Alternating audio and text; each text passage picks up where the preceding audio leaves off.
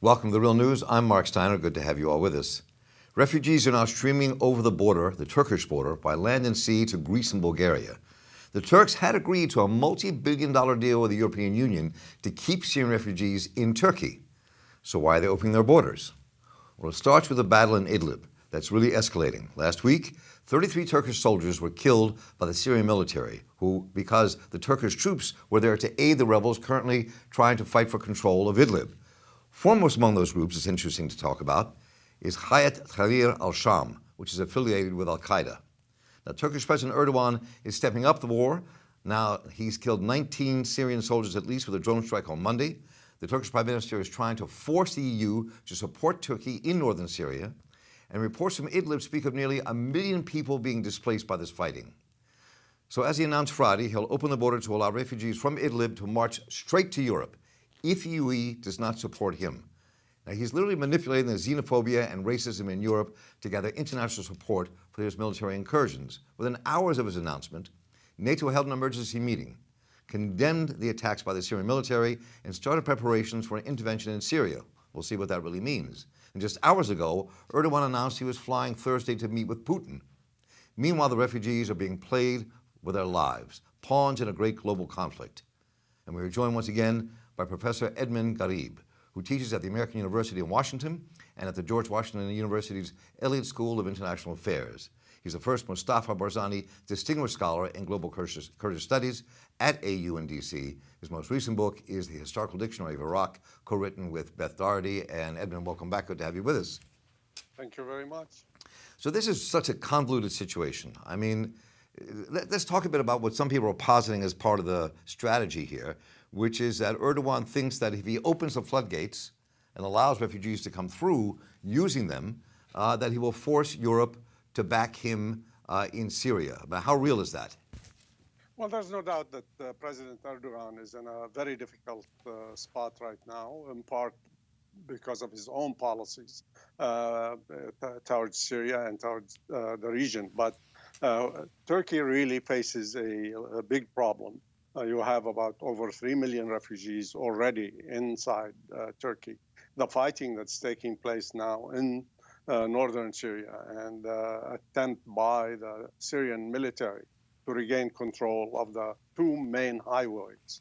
One, the M5 and M4, which link Aleppo, which is the economic capital of Syria, with Damascus and with Latakia on the Mediterranean Sea.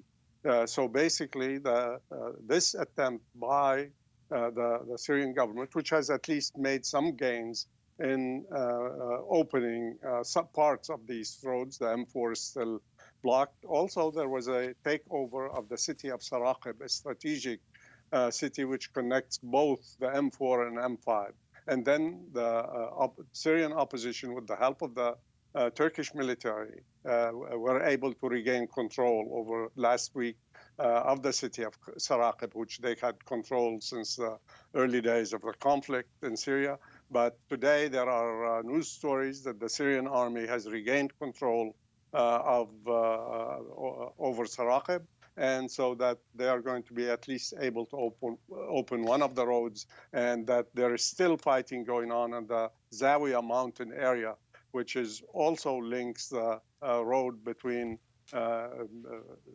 Aleppo and Latakia. So that is putting a lot of pressure on the Turkish government, which had demanded after these attacks began, they demanded that the Syrian government return to its early positions before the advances that they made. And of course, that's highly unlikely. But do you think that this move by the Turkish government to open borders, allowing refugees in, will change what the EU is doing? We saw today he's saying he's going to meet with Putin. We saw that that Trump had said that he's going to try to push the EU into giving Patriot systems and help the Turks. So the question is, I mean, will this work? I mean, will the EU acquiesce? And will they continue giving the money to Turkey? I mean, that's part of the game here, right? That's a very, very good question, primarily because on the one hand, the Turks, before the fighting started, and as things appeared to be, we're going to see some escalation there, the Turkish government said that it does not need NATO, it does not need the Europeans, and they have the capability to go with this conflict on their own.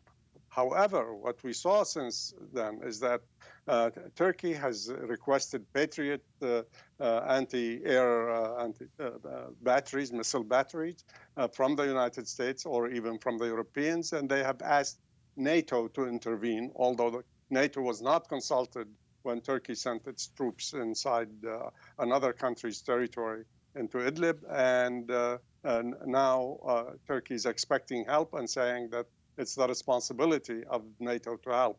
Although, as we know, the NATO charter basically says that if a member country is attacked, then the other countries are committed to helping it.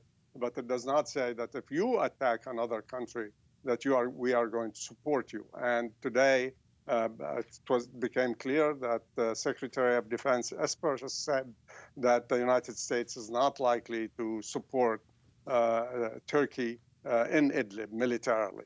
Of course, the idea that maybe some logistical support, some intelligence support, maybe some equipment might be given to Turkey, but the question of the U.S. becoming involved, that's a very different question. It's very difficult. President Trump now is basically saying he's the one who implements his promises, and he has agreed to reach an agreement with the Taliban, and where he's going to pull U.S. forces from Afghanistan. So he's not likely to jump into another war, especially on the eve of the election. So basically, President Erdogan, sorry, go ahead. I was going to ask you, what's going on now, though? You have Russia in the mix. Russia backs Assad clearly and has been backing Assad for a long time. They didn't say anything when the Turkish government went across the border into Kurdish territories. They made a $400 million deal with Turkey for an air defense system. But now the conflict is literally between Russia, Syria on one side, and Turkey on the other. So where can this go? I mean, what could this lead to? I mean, and also given that Erdogan's talking about seeing Putin sometime this week. Yes, Erdogan was trying to get the Europeans or the U.S. to support him once he realized that the Russians were supporting the Syrian position, particularly because the Russians believed that Erdogan did not fulfill his promises, his commitments, according to the Sochi agreement. He was supposed to separate the radical from the moderate forces in Syria. He was supposed to disarm or at least take away the heavy weapons from Al-Qaeda and Hayat Tahrir al-Sham, which is Al-Qaeda, which you mentioned earlier.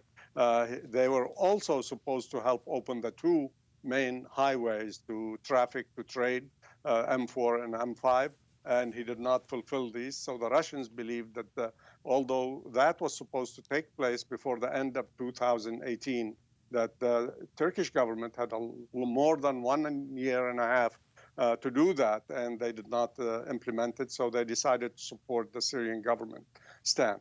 Now, President Erdogan decided that this would threaten his position, his ambitions, his role in Turkey, and of course, the groups that he supported, members of the Syrian opposition inside Syria. So he decided to challenge the Syrian army and with the support of the Russians. What we saw is that there was an attack that took place against Turkish forces where 33 soldiers were killed and tens of soldiers were wounded. Now, interestingly, Turkish president did not blame the Russians. He blamed the Syrian army. And that meant that he wanted to keep, although he had recently angered President Putin, he did not want to break the ties with Putin, especially if he could not count on Western support. But he went to the Ukraine. He said he would help train the Ukrainian army. He also said that the Crimea should be returned to the Ukraine, which of course infuriated the Russians. So that's another issue. So what he is trying to use now, as you pointed out, the refugees.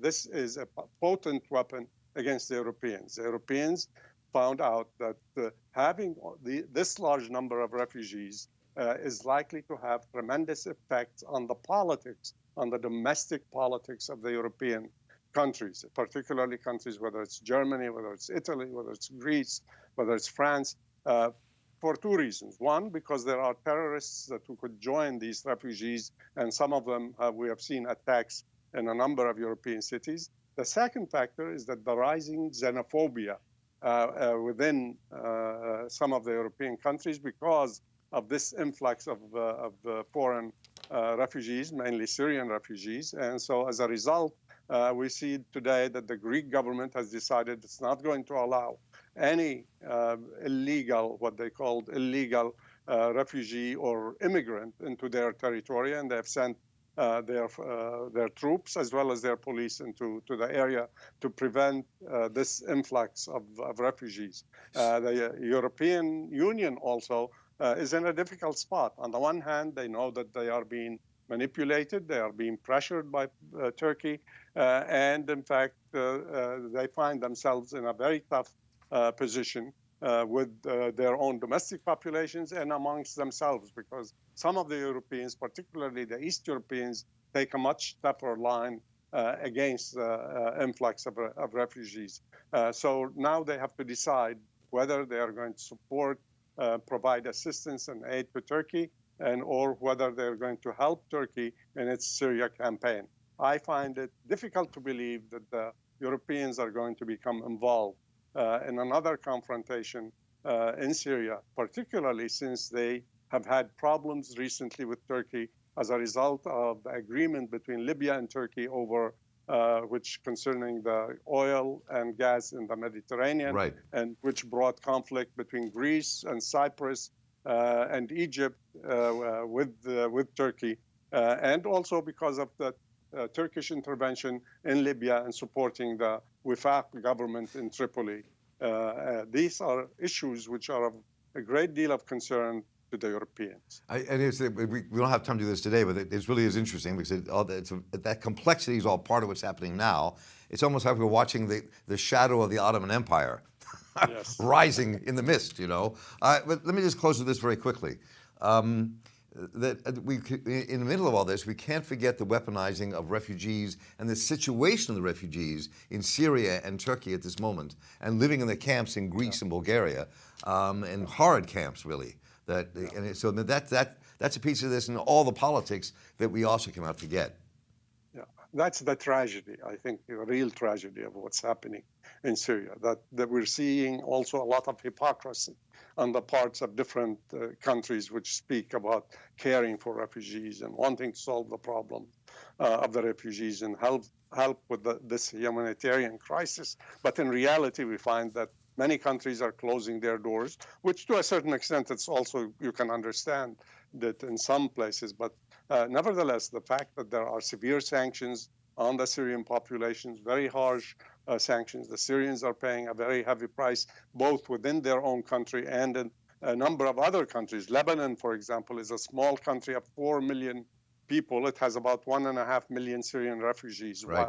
While Turkey is a country of close to 80 million people, much larger territory, and complaining about 3.5 million refugees. And of course, that's also a legitimate concern because the Turkish population were becoming very angered, very much angered by the presence of the Syrian refugees, and also by the rumors that President Erdogan may give citizenships to many of these Syrians to help him electorally inside Turkey. And in fact, that's why we saw his defeat, the defeat of the AK party. In part, that's one of the main reasons. The AK party lost the control of cities like Istanbul, which is almost like a third of the population of Turkey, and Ankara, and a number of other major cities. It's a complex story. And Edmund Garib, I always appreciate you taking time with us here at The Real News and helping us unpack it. Thank you so much for your time. Thank you. And of course, it's one of the stories we will be staying on top of. And I'm Mark Steiner here for The Real News Network. Let us know what you think. Take care.